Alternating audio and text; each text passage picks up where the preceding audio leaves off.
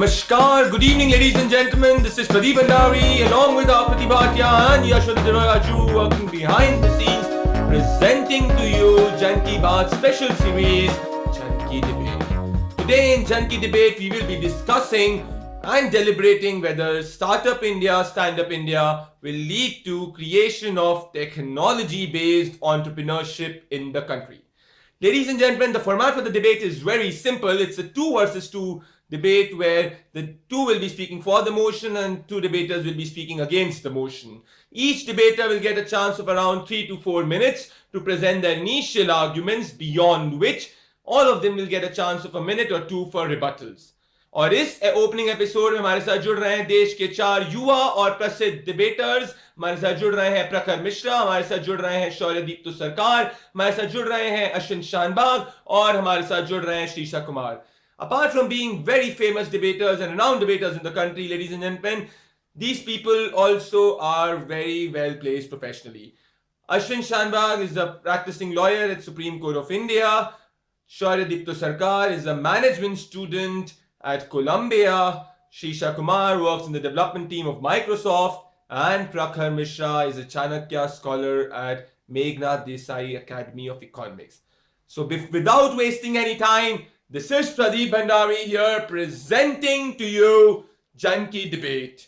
And the first speaker is Shri Kumar presenting his views for the motion. Shri Kumar for the motion.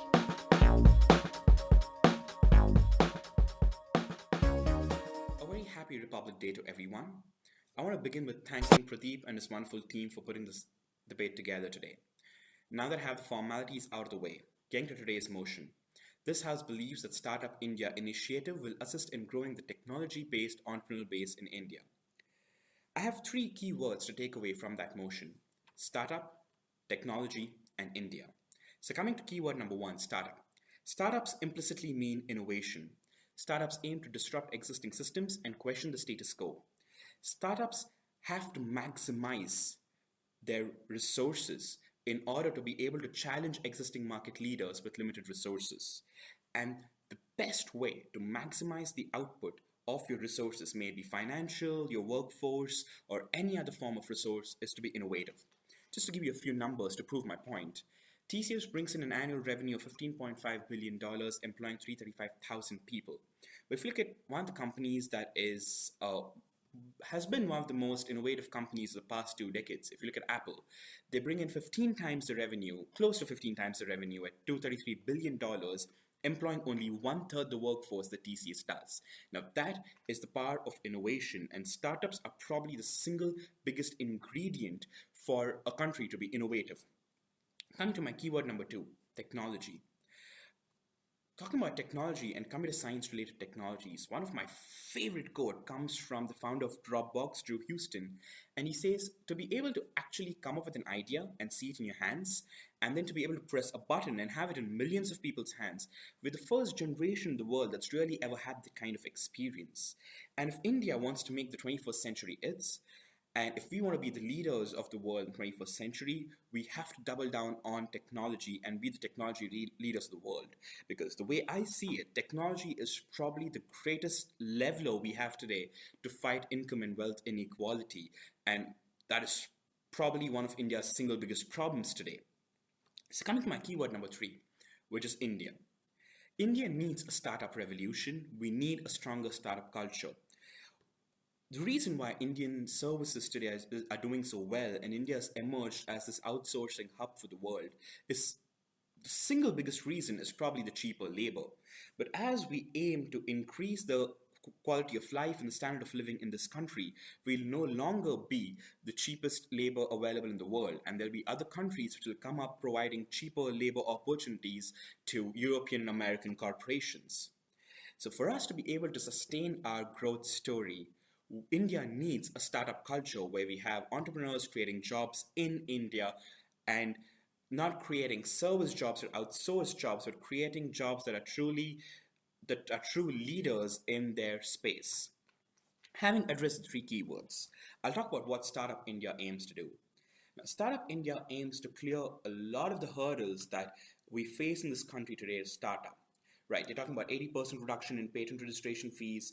You're talking about easier and simplified bankruptcy code to ensure a 90-day exit window. You're talking about capital gain tax exemptions for 3 years.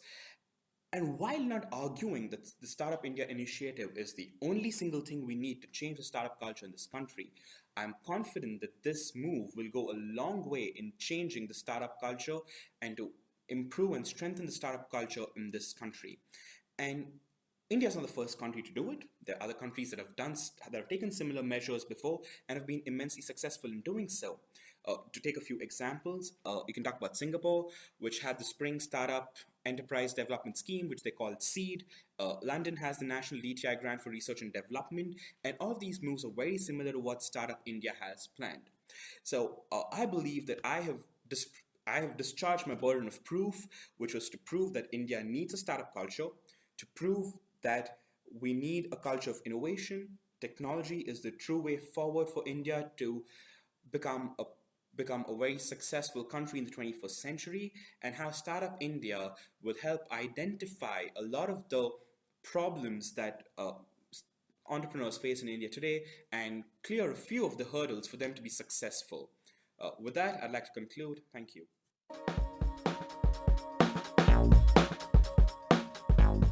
Hi, my name is Prakhar, and I'm a postgraduate student of economics, and I'm grateful to Jann Ki Debate to invite me to this debate. So today we're going to discuss Startup India and whether it assists in making of technological entrepreneurs, technology-based entrepreneurs, that is, in India. And like at the outset, I want to clarify that this particular speech is irrespective of my opinions. I've been asked to argue against the debate, and therefore the points that I'm going to put forth will do so. So I have multiple issues. Some of them are very principle based, and the others are very structural. Even though the guidelines aren't very clear yet of this particular scheme, and even though it's a little too early to pass a comment on it, but given that we're doing this right now, I would do it in those two manners: A, question the scheme on a principle level, and B, talk about the structural changes or the structural issues that I foresee in the implementation of the scheme. So there was a lot of news coverage over Startup India and what they did, and how it got all the entrepreneurs together, etc. Right, and that was the event that we talked about. So here we're going to talk about the policy: Startup India, Stand Up India, and that being the first distinction. As much as the event seemed to be fruitful and actually got entrepreneurs to meet each other and network a lot more, the basic question arises that if the government has a certain fund, which they said they do, and it was pretty big, and if they want to invest in companies, who is going to select the companies? Number one. Number two, who's going to allocate the funds? So how these investing companies anyways work is that they take multiple companies and they invest in them, so they know that risk is divided, and even if like one of them tanks, at least to have some of them to cover up the losses. So who in the government is or rather in the bureaucracy in specific, is at such a level to actually see whether someone is capable of doing something of this order or not. Second, what is it to stop them from actually being a part of this company, right? So if they're allocating money, they could always ask a certain shares, equity distribution, and the classic principal agent problem in economics sort of comes into place, right? Thirdly, and this is the most important thing, right? To succeed a company, you need a vision, you need mission, you need certain values, and you need a certain passion. And how would one judge that and then make the investment? I think that's the big question to answer from the government's perspective, right? So as much as the government is wanting to assist entrepreneurs, to what extent is that assisting going to remain at assisting, and there will be no interference from the government, is what the entrepreneurs will have to think about before taking the money. So those are the basic problems that I have. Like in today's country, farmers still receive bailouts, and many other countries still do. Many other companies, still do. And so, like, given that the government is functioning still with that mindset, how is it that we're going to build an entrepreneurial base? And therefore, through those points, I argue that this scheme is not going to be sufficient in doing it. Thank you.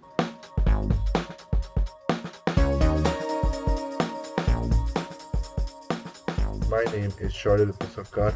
and I'm a student of Management Science and Engineering at Columbia University. And I'm speaking for the motion that Startup India will indeed create a large base of technological based entrepreneurs in the country. Why does India need such an initiative? Well, I believe because it addresses a need and a pain point. The need to create innovation in our country, and it solves the pain of the need to employ a large technological group of educated students.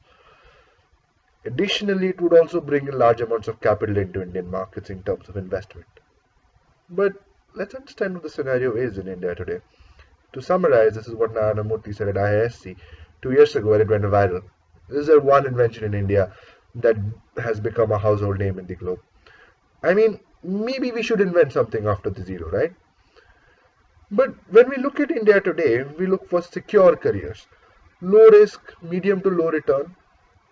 Even our startups have largely been clones of established Western brands. Not that it's a bad thing. I'm sure these companies are doing a great job providing amazing services to a large customer base. But how long can we keep on cloning Western ideas? For truly innovative startups, we need a high risk, high return ecosystem, and we need to push people to follow a high risk, high return career path. And I believe this is where Startup India comes into play to support and enable this ideology. What can this initiative do? Well, to start with, it would help in creating that ecosystem. To innovate and to develop, one needs all the help that they can get. And I think from the government, this is a great first step. Tax breaks, incubators, credit guarantees are all amazing fledgling steps that this policy involves to create an ecosystem for innovation. But then, this is only the first step. The potential of Startup India could be made even better by making it a platform not just for innovation, but say pushing women's rights, by having women-only entrepreneurial weeks. It could even complement the Make in India campaign by acting as a breeding ground for B2B startups. Startup India will have to work very hard to create this environment, to translate from policy into actual impact. But I guess in India we have the ingredients for making India a hub of innovation. We just need the right catalyst. And I'm hoping Startup India will be that initiative. And maybe someday soon, other clone markets will start borrowing our ideas so that they can implement it in their countries. And I think that is a true metric of how successful Startup India could be. Thank you. Good afternoon, guys. My name is Ashton Chamba. I'm an advocate practicing in Madras High Court. Happy Republic Day to one and all. And at the outset, I'd like to say that this is not any attempt at making slanderous comments at any political parties, but me trying to merely analyze the policy as it is existing today. As much as the government has come out with so many initiatives that have turned out to be a success, I do have a few predicaments with regards to this particular initiative. One, being on the grounds of the fact that there needs to be this intergovernmental body that authorizes every single thing. The intergovernmental body in question over here is the DIPP, the Department of Industrial Policy and Promotion. And the problem I have with this particular department is this: what essentially they're trying to do is somehow form this skewered license Raj system, which hasn't worked out in the past for us, where this particular body basically recommends to the government as to where the funding needs to come and where it shouldn't go and things like that, which makes it very, very, very selective. But apart from that particular perspective, another thing that I majorly had a problem with is the fact that they're exempt from labor regulations. See, labor regulations are difficult, hands down agreed, but it's something that we can't do away with for a simple fact that, like, it strengthens the relationship between an employer and an employee, and it, in the long run, it does help out for the fact that the labor regulations are in place, and the doing away of these particular labor regulations can be more harmful than it would be beneficial for a particular, be it even for a startup. And the body in question itself, the DIPP, has another subsidiary body called the Foreign Investment Promotion and Policy Body, which in the past has not worked out in the most beneficial way with regards to doing their duty. Refer, for example, the Sher Khan case, where the FIBB has in the past actively stayed away from giving the approvals that they grant, and which only leads to a certain part where we can say that is there a lot of red tapeism going on, which will also be creeped into this particular startup initiative as well, because so much power is being given into the hands of these authorities that we're talking about. So that's another major concern of mine. The other concern is with regards to the taxation policies that we're talking about, right? So again, when we talk about capital gains per se, when we talk about capital gains that are basically like earned from like any source with regards to a long-term capital gain, it will basically exempt from the tax that we're talking about, right? But again, it needs to be only if it's like reinvested in the funds in of the particular startup. So we're talking about like a circular loop of funds where when you put in the money, it's going to take you a lot more time for you to like see that money, or rather any money that you ever wanted. So that's another problem that I basically had. So even like a complete exemption of tax may not be necessarily beneficial, and the government still needs to like talk about the fact that whether they still have the minimum alternative tax policy that is set, and that 20% will be charged for these startups or anything of that sort. So like I said, there's just a lot of ambiguity going on, and we need to see if these questions will be answered or not in the past, and we are actively majorly waiting for the budget as well. Coming to rebuttals, both Ashwin and Prakhar failed to prove to us as to how the Startup India initiative is going to fail in growing the technology-based entrepreneurial base in India. They only spoke about a few hurdles that they foresee for the implementation of this initiative. They spoke about the exemptions for capital gains from taxation and exemptions from income tax. Now keep in mind that both of these exemptions are only for a duration of 3 years, and most startups take longer than 3 years to break even. Therefore, to look at something like Startup India, which has 20 different actions, and to speak about one of them and to express a few apprehensions about one of those clauses, and then to go and say that the entire initiative is a bad idea is rather foolish. Prakhar also spoke about the fund, the 10,000 crore fund the government has for startups, and has to how the government is going to pick the startups. Now, even that is one of the many features in Startup India. And the 10,000 crores, if you look at it, it sounds like a huge number, but it's not really all that big, because 10,000 crores is 1.4 billion USD. And given the forecast for startups in India, the number we're looking at is in the tune of $20 to $30 billion by 2020. So to just take 5% of the total money, and then to say that there's not enough clarity as to where this 5% of funds would go, and therefore all of Startup India is a bad idea, is not a very smart thing to do. And therefore I think that we have proved that the Startup India initiative is going to do a lot for startups in India, and we have discharged our burden of proof, and we stand to win this debate. Thank you.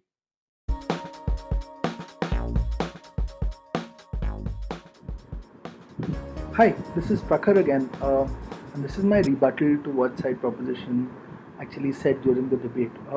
So I think I'm going to keep it really short and crisp. I think I disagree with what they're saying in terms of where we already are, so how they're defining the status quo. They seem to be believing, and this is the premise on which all of their arguments are made on, is that the ecosystem of entrepreneurship isn't there today, and I disagree with that.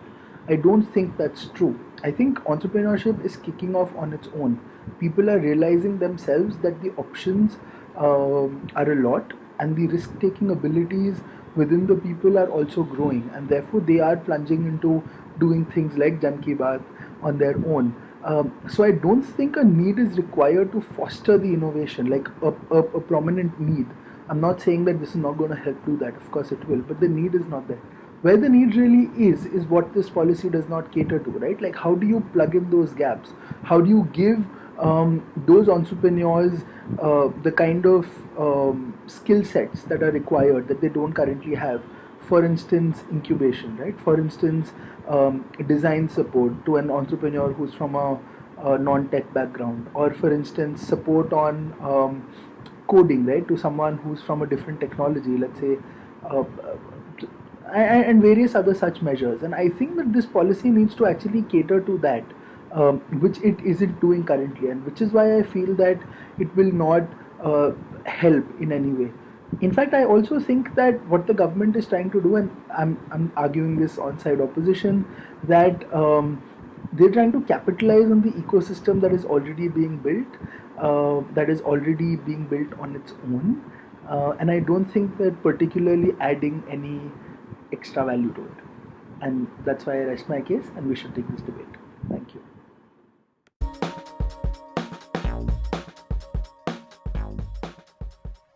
Hello, as we continue this debate, I thank the opposition for putting across their points. This debate is, of course, only for intellectual reasons, and none of these are our personal opinions.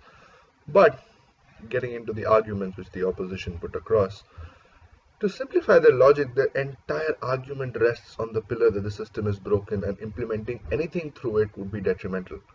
And by that logic, the government of India should not implement any policy whatsoever, because there's corruption, it's bureaucratic, and nothing should ever work, right? But let's get into the specifics. Firstly, we believe that the scheme is much more than just the fund. So it has incubators, it has promotion events, and so on and so forth. And I think that's an integral part of the scheme, which should not be ignored, but has been ignored by the opposition in their criticism. Clearly showing that there's a large part that cannot be criticized. The government, as we understand in this scheme, is using the public money as essentially a venture capitalist or an angel fund, right? So when questions were raised as to how this would result in the government interfering, if the government is investing, it has all the rights to place its interests in the startup. That is how venture capitalism works. That is how funding works. I mean, stop from taking the shares. Of course, you must stop individuals in the government from taking shares, which would lead again, go back to the whole corruption argument. But if the government wants to take shares, I mean, it should be allowed to. It has a stake in the money it provided. But anyway, I'm not saying corruption does not exist. I'm saying that the scheme's policies are not here to test prove the corruption in the system. The point about labor laws that was brought up by the opposition was that the government is abandoning them. It's not. A startup is a temporary organization, and even lesser for technology startups, like 5-6 people on a computer. It does not have 5,000 people. It's usually a 2-digit number. And I think a 3-year break from labor laws is a sufficiently long break, post which the setups can come in to ensure that fair treatment of labor laws are implemented. I think the skeptics is a lot of armchair criticism to what is a policy at its infantile stage. The government of India is the largest spender in the Indian economy, and I think it's high time that startups get an opportunity to leverage it.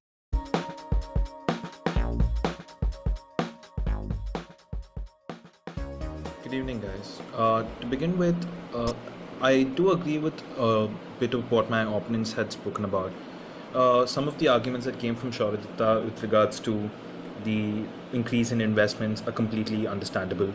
But when we focus on this particular model per se, what it is seems to be an eyewash of a model with regards to saying that they are relaxing the idea of a startup, which indirectly would increase investments. If that exactly is what is happening, then it will indeed increase investments. But considering the fact that there includes scope for a lot of red tapeism in this particular model, we believe that the entire point is lost with regards to trying to simplify that particular process. For instance, there are a lot of predicaments with regards to what is called as a particular startup, as I'd already mentioned in my particular debate.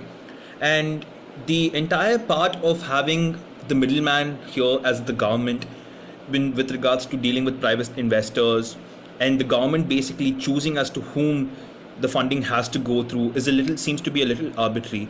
And let's not forget the fact that we're talking about stand-up India per se, right? And the fact that a company or an LLP or a partnership firm has to develop an innovative product which should add to the value of a customer and should be commercial in nature seems to be very monetarily based. But what about something like a social startup per se? Like let's say I come up with an agro startup, and that basically may not have the idea of initially like trying to be commercial in nature as much as maybe a tech startup. But would they not require any form of tax benefits or anything per se? Like obviously they're not going to plan on churning 25 crores in the set period that they've already laid out for a particular tax benefit. This sort of creates a discrepancy and a form of discrimination that they have with regards to whom these benefits or so-called benefits seem to apply for and whom it shouldn't apply for. And that is a major problem that I have with the current model. And that is something that India needs to realize, that stand-up India is something that's achieved through not just tech startups, but startups of all kind. And the government should clearly lay out what are the benefits that they would be assuming and they would be getting in this particular model. Thank you. और देवियों और सज्जनों, boys and girls, ladies and gentleman, आपने देखा कि कैसे देश के 4 युवा डिबेटर्स ने हमारे बीच startup India, stand up India would lead to creation of technology based entrepreneurship in the country. जो टॉपिक है उस पर अलग अलग पक्षों को रखने की कोशिश करी, और इसी के साथ हम जन की बात की जो स्पेशल सीरीज है जन की डिबेट के फर्स्ट एपिसोड के एंड में आते हैं। हम आपके साथ अगले हफ्ते वापस मिलेंगे। हमारे साथ जुड़ने के लिए बहुत बहुत धन्यवाद। जन की बात को फॉलो करिए, जाइए फेसबुक पेज पे जन स्पेस किया स्पेस बात, हमको लिखिए, क्योंकि हम आपके लिए एंटरप्राइजिंग अपॉर्चुनिटीज खोलने वाले हैं। क्या पता जन की डिबेट पे कल आप ही हैं, क्योंकि जन की debate is all about you, it's about us, it's about the youth of the country. Good night, Shubh Ratri, Shab Khair.